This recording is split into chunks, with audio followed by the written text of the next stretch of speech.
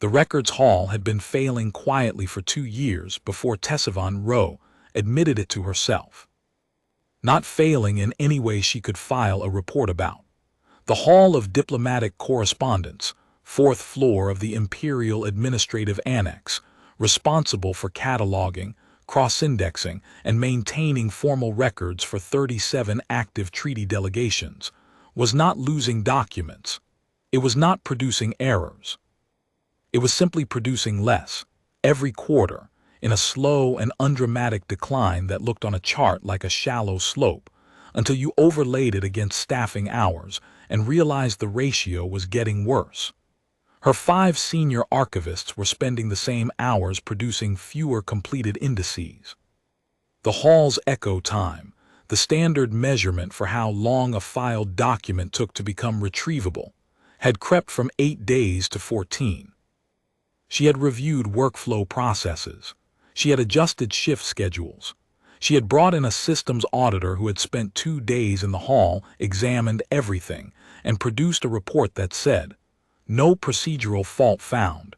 Recommend morale assessment." Tessavon Rowe had filed that report in the drawer beneath her desk, which was where she put things that were technically correct but practically useless. The morale of the hall was obvious to anyone who spent more than an hour in it. Her archivists, all 5 of them, Thari like herself, meticulous and trained and conscientious, moved through the long rows of document stacks with the exact energy of people who had been doing important work for a long time and had gradually stopped believing it mattered. They did not talk. The hall had always had a culture of silence. It was a records hall, not a social quarter, but the silence had changed quality over the years. In the beginning, it had been the silence of concentration. Now it was the silence of people who had nothing left to say to each other. Tessavon had run this hall for 11 years. She knew the difference, and she did not know how to fix it. She was still not thinking about any of this on the morning the new floor servant arrived. The annex rotated its general maintenance staff on 8-week cycles. Tessavon had never paid particular attention to the practice. The staff cleaned, maintained, and disappeared, and as long as the document stacks stayed dusted and the reading alcoves stayed polished, they did not feature in her operational thinking. The placement officer had sent a brief message. New assignment, Hall 4, full rotation, general maintenance and delivery support. Staff, Arens S. Human, 20-year standard clearance grade 2. She had read it, she had moved on. The first morning Safi Arens appeared in the hall. Tessavon was in her office reviewing a translation discrepancy in the Kelthari Accord supplementary files. She registered the new arrival the way she registered most arrivals, as a change in the peripheral quiet of the hall, a door, a soft step, the small sound of a cartwheel on the polished floor. And then something else. It was not loud, it was barely there, a sound low in the throat, tuneless at first, more a shaping of breath than a melody, the kind of sound a person makes when they are alone and working, and their mind has wandered somewhere comfortable. A hum. It moved through the open arch between the main corridor and the eastern stacks, just audible above the hall's ambient mechanical breath. Tessavon paused her translation work. She waited for it to stop. It did not stop. It shifted, found a note, settled on it, moved to another, not a song she recognized. The Thari had formalized music. Their hall compositions were ordered, symmetrical, built on modal structures that had been codified for 300 years. What she was hearing was not Thari. It had no formal architecture. It was simply a young voice finding its own way through a sequence of tones, unpracticed and unpolished, and somehow entirely certain of itself at the same time. Tessavon stood up and walked to her office doorway. Safi Arens was at the far end of the east stack aisle, running a long-handled duster along the upper shelf rails. She was compact and brown-skinned, and wore the standard gray maintenance tunic with her dark hair pulled back in a practical knot. She moved without hurry, working in long practice sweeps. She was not performing the humming, was not doing it for any audience. She appeared to be entirely inside her own head, and the sound was simply what escaped when nobody was around. Tessavon watched for a moment, then she walked back to her desk. She filed no complaint. She considered one hall protocol specified a working environment free of acoustic disruption, but what she was hearing was not disruption in any meaningful sense. It was quieter than the ventilation system. It was quieter than the cartwheels. If she had not already been paying close attention to the hall's silence, she would not have heard it at all. She decided to leave it alone and returned to the Kalthari translation. What she noticed, 40 minutes later, was that Archivist Henris had started to move differently. It was nothing she could have named at first. Henris was 40 years into his posting, the most senior of her 5 archivists, a man of slow and deliberate habits who had not changed his filing pace in longer than Tessavon had been chief. But he was moving through the document corridor at a fractionally different tempo. Not faster, exactly. Something else, less burdened. The way a person walks when they have stopped consciously walking and the body has remembered that it knows how to do this. She observed him complete a cross-reference filing in 11 minutes. The same task had taken him 17 yesterday. She told herself it was coincidence. She went back to the Kalthari file. But the next morning she paid closer attention. Safi arrived at the first hour of work period and began in the delivery alcove, sorting the overnight document cases. She was not humming yet. She worked in normal silence, quick hands, efficient sorting, the same grade 2 delivery support every rotation completed. Then she moved into the stacks with her cleaning cart, and within a few minutes the sound was back. Tessavon watched her archivists. It took perhaps 20 minutes. It was not that they acknowledged the sound. None of them looked up. None of them changed their expressions. But the quality of movement in the hall was different. Archivist Melly, who had developed a habit of pausing at the end of each filing run and standing motionless for a long moment before starting the next one, a pause Tessavon had been watching with concern for months, did not pause today.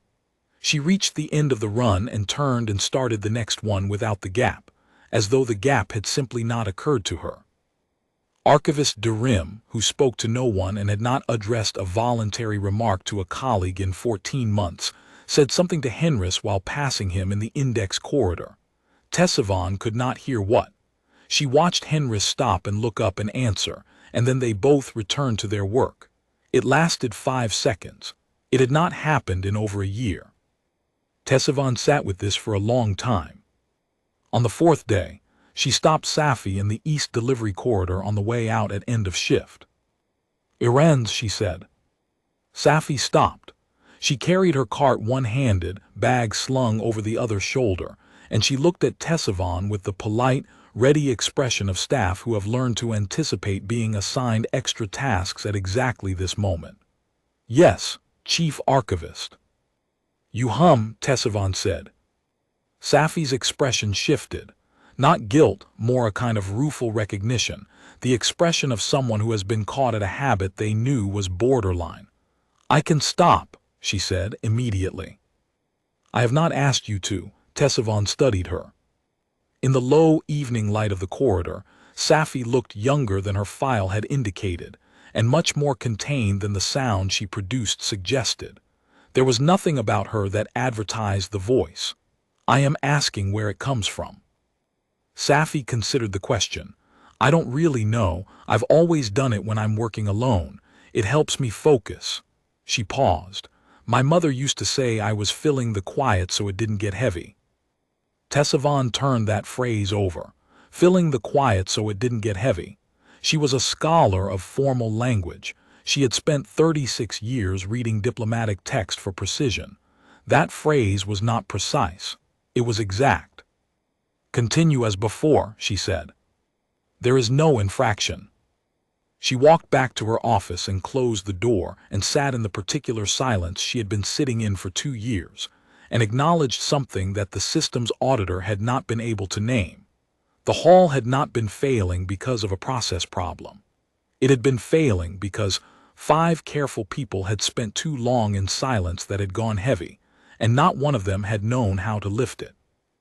The next 6 weeks were not dramatic. Sci-Fi worked her rotation.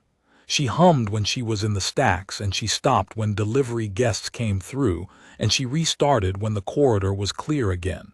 She made no announcement of the habit. She asked for nothing. Tessavon watched and took no action, which was itself an action, a deliberate choice not to reassert the hall's old silence code. There was one morning, the 3rd week, when Tessavon almost reverted. A senior official from the Diplomatic Standards Committee had arrived for a spot inspection, as they did twice yearly. He had stood in the doorway of the east stacks for exactly 40 seconds, listening.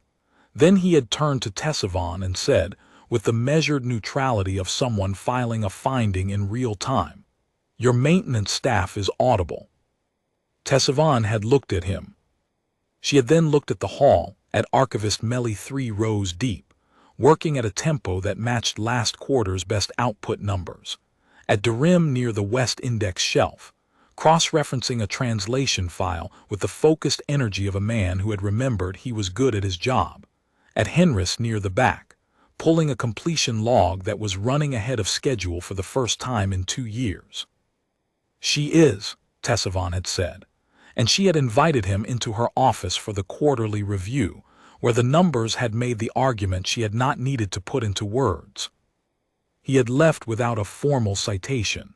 She had noted this without satisfaction and returned to the hall. Slowly the hall changed. Henris began talking to Melly during cross-reference runs, short, practical exchanges about filing discrepancies at first, and then occasionally something else, something with no operational content at all. Melly started arriving 4 minutes early to complete her index prep before formal work period, which she had not done in years. Darim, quiet, solitary Darim, who had stopped looking at the ceiling of the hall months ago, as though he had decided not to acknowledge the space he was in. Darim began leaving his notes on the shared index board again, the way he had when Tessavon had first assigned him to the east stacks a decade ago. The echo time dropped, 14 days to 12, 12 to 10. By the 6th week of Sci-Fi's rotation, it sat at 8.5, a number that matched the hall's record output from 7 years ago. Tessavon compiled these figures on a Wednesday morning, and then sat with them for a while. She had run this hall for 11 years. She had read 12,000 diplomatic documents. She had managed staff performance reviews and process audits and scheduling disputes and translation crises.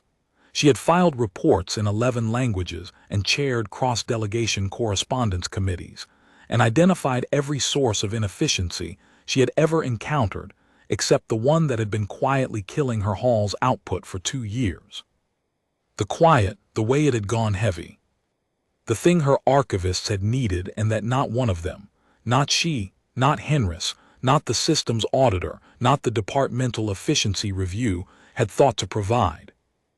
One human woman with a cart had provided it in 4 days without trying.